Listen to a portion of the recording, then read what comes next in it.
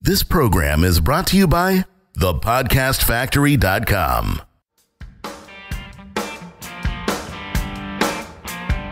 Hi, my name is Igor Kheifets, and this is the List Building Lifestyle, the only podcast which delivers cutting-edge conversion strategies from the online trenches straight to your earbuds.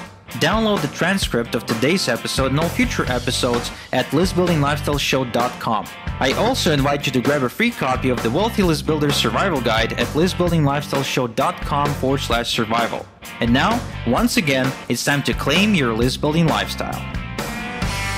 You are listening to List Building Lifestyle. Welcome back, boys and girls, for another list building adventure with your man, Mr. Igor Kheifets. Hey, Jonathan, let me ask you a personal question. No. Please. All right. You're married, right? Sure am. Do you listen to your wife? That is a great question, and I listen as much as humanly possible. Wow. Well, you're so much better in this stuff than I am, because one of the biggest complaints I get from my wife is that I never listen. And truth be told, I don't. Somehow I get distracted with anything, really. Just no matter how small of a nuance comes into my space, I seem to immediately just shut off everything that comes from her and focus completely on this other little thing. Not sure why I do this. I might have gotten it from my father, which seems to be a very convenient excuse. But, that is probably why recently, I couldn't really... Me and my wife were going through this rough patch where I constantly fight with her about these tiny little things. And I realized these fights originate because I just don't listen. Now, the reason I bring this up is because most people, when they go out marketing and selling, when they go out trying to sign people up into their business opportunity, or even just, into their service, maybe they're coaches or consultants, whatever the case may be, most people just don't fucking listen.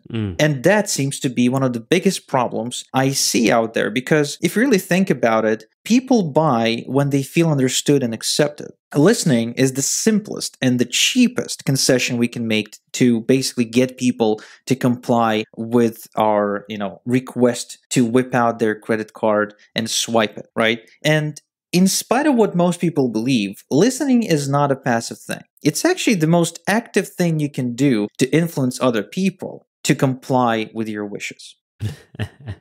I like the idea of getting them to comply by listening. That's a great concept, Igor. Yeah, so while most people, when they think of the concept of selling or marketing, and they think, oh, I have to talk a lot, I have to be a smooth talker, I have to be a fast talker. Well, that is actually not true. My copywriting mentor, Ross Bowring, he is one of the slowest talkers I've ever met in my life. It takes him forever to think of, to create a sentence in his brain and then kind of have that thought translated into a sound of some sort and for it to leave his mouth. But, he is one of the greatest influencers I have met. In fact, somehow he convinced me to pay him thousands of dollars each and every single month for coaching and mentoring and some copywriting work as well. And then at some point, he was a partner in my business and he was getting a percentage of all my profits. Now, wow. One of the greatest things this guy knows how to do is to listen and to feed back to you what you just said. And so when you talk to Ross, you can't help but feel understood and accepted, and you feel that connection, at which point all the skepticism and all the doubt kind of goes out the window, and you realize that this person has your best interest in mind. And that, as a skill set, could be the most vital skill you can have as a marketer of your business opportunity. Igor, I think you're way, way, way underselling what you just said, because being an active listener and being able to make people feel understood makes you a better human overall.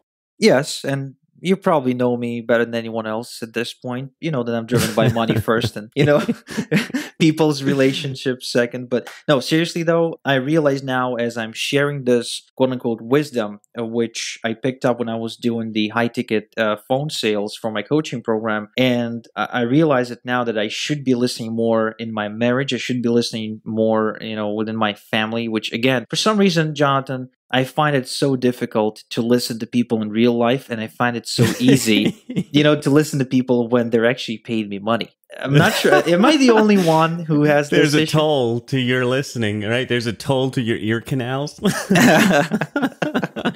Yeah, but all jokes aside, seriously, if you think of selling as a process where you're supposed to be talking and talking and talking and talking in order to perhaps distract your prospect from changing their mind or realizing you're full of it, right? That is not the case. Selling is not supposed to be that way. We already, spoke a few times about if someone's connecting with you about a solution, they definitely have this problem that they want to solve. That's a given. So they wouldn't be talking to you unless they wanted to talk to you. It's a free country, it's a free world, right? And nobody has to talk to you unless they want to talk to you. So if you already have them communicating with you, you should be talking less and listening more. I had this VIP client that's a member of my solo VIP club ask me something. He generated a bunch of leads from his first promotion with us, and a lot of these people wanted to connect with him personally before they would discuss joining his opportunity, which is a great sign. It's a great sign that you're doing something right when people actually want to talk to you on the phone. Because most people kind of try to avoid the phone and they treat the phone as private space. You know what I mean? Like they really are protective over their airtime. And, so he asked me a question. He said, Igor, what do I talk about, with these people? Like, I have no idea what to talk about. I've only been in the industry for the last 3 months. I don't know enough about it to feel comfortable talking about it. I don't consider myself to be an expert by any means. And I said, Nathan, look, you don't have to be an expert and you don't have to know everything there is to know about this industry when you communicate with your prospects and potential customers, because at that point, they really don't need you to be that person. Like, they don't want you to be that person. At that point, all they're looking for is to connect with somebody who they believe is real, authentic, and that,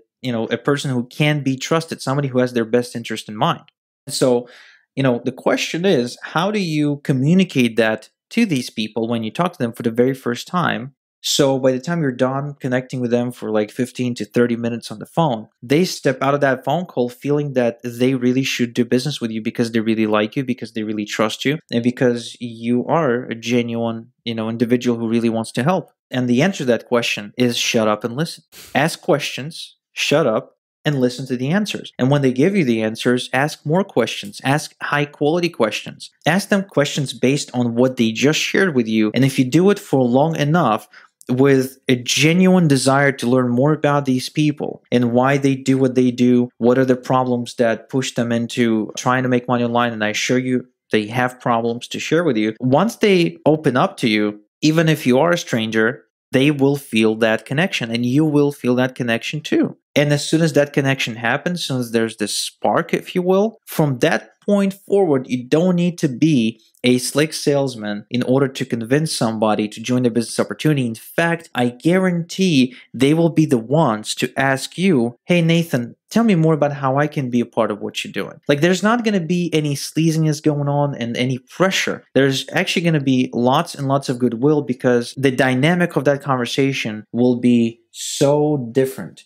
to what these people are used to. Why do you think that people have this concept that selling is talking versus what you're saying, selling is listening? The culture, I guess. I mean, we've all seen movies like, I think it's Jerry Maguire with Tom Cruise when he leaves the agency and starts his own thing. We've seen Glenn Ross with Alec Baldwin, where he says, close or go home, good father, I don't care, go home, play with your kids, you sell or you're nothing, So I guess it's this culture we live in where everybody thinks of sales as the thing you do when you want to manipulate somebody into something. And, Wall Street doesn't help change that even today. I mean, guys like Jordan Belfort, they're still doing that. They're still cold calling and really convincing, manipulating.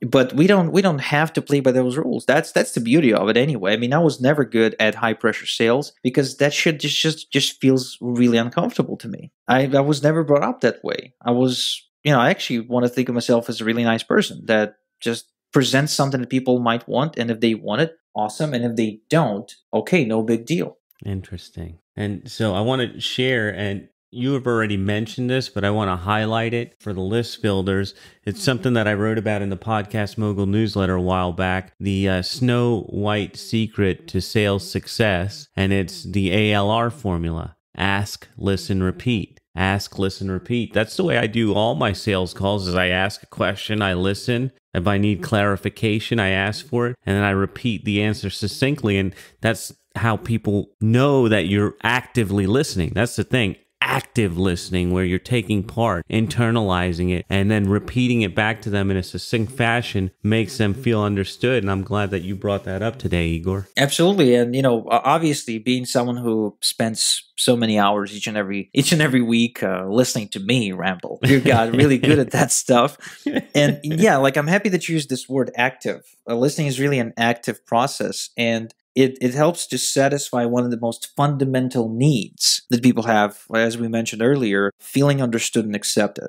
Feeling understood and accepted is one of the three universal needs that pretty much governs everything we do. And at the moment we don't feel that way, the moment we don't feel like we're in that place where we are understood, where we are accepted, we don't feel comfortable and we never move forward with anything. That is why, for instance, ever since coming to Israel, I've kind of stuck with the Russian community because I speak Russian. My family speaks Russian. So it was much easier for me to cling to Russian speakers to Israel than to establish relationships with Hebrew speaking folks who just come from a different society, different upbringing, and then different language. So, I felt understood over here.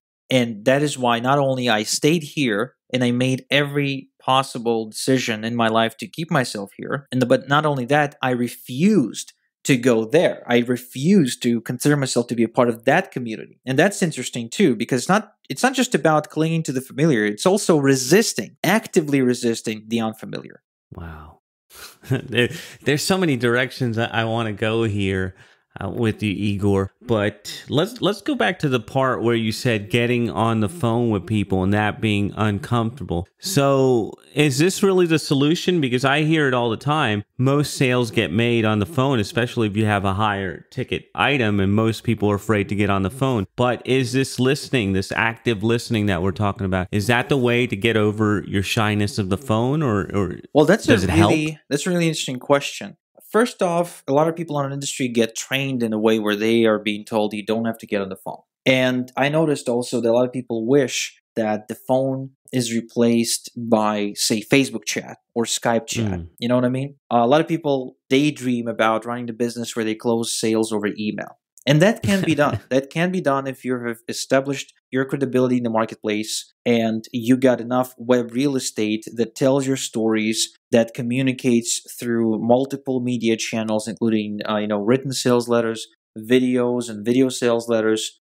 For me, the podcast has been a tremendous boost as far as my connection with the marketplace is concerned, because it's like having a phone call with like 10,000 people all at the same time. So webinars, same concept. Now, as far as the actual phone calls, if you are uncomfortable with phone calls, the way for you to show to your marketplace that you listen is to do this. You want to interview a couple of your target prospects, a couple of your ideal clients. So if you already signed someone up into your business, or you have someone who thinks about joining, you're gaining some traction, you want to offer this person some sort of a bribe and just get on the phone with them, not for a sales call, but for an interview, where you will ask, a couple of questions to find out more about their situation, and most importantly, what are those reasons why they want to get into the business? What are the reasons they are losing sleep at night? What are the reasons that they can't stop thinking about starting an online business, but at the same time, they won't start one? What is their ideal outcome for their online business? What would they buy with the money they'll make online? How will they change their life as soon as they realize they don't need a job anymore? And basically painting a very clear before and after picture, so to show transformation they want to go. Mental, physical, spiritual, whatever that is, or all three. So as soon as you have that information, you got what we call your customer profile. You got the avatar, right? The ideal customer avatar. And what you can start doing now is feeding back this information to the marketplace in general, rather than doing it with one person, just feeding it back to the marketplace, and do it through your emails, do it through your videos, do it through your sales letters and sales videos, or if you have a podcast or you're doing webinars, do it there. But in other words, what you're trying to do is you're showing everyone in the market that you understand what an average person is going through. Now, it doesn't have to be super the exact thing that this person is going through. No, it does not. It doesn't have to cover each and every single possible potential client. So let's just say there's like 5 potential clients, and it includes stay-at-home moms, it includes, college students, it includes retired people, it includes, well-to-do middle-class folks that are just started their day job.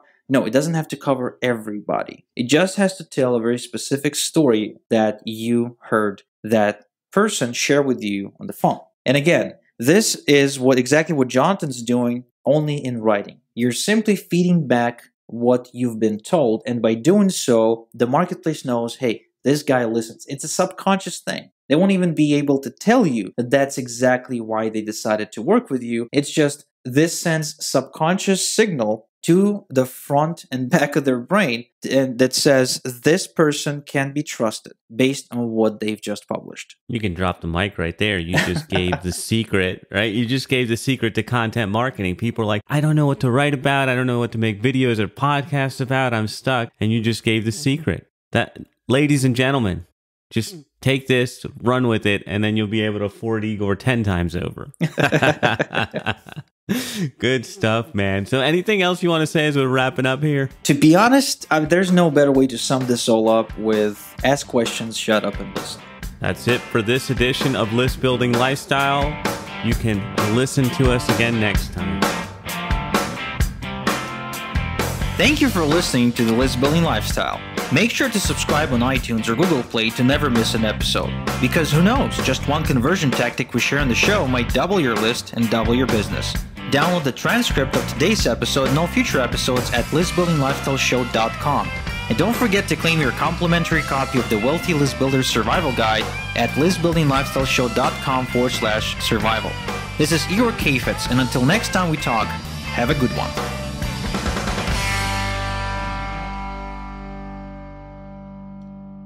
This is thepodcastfactory.com.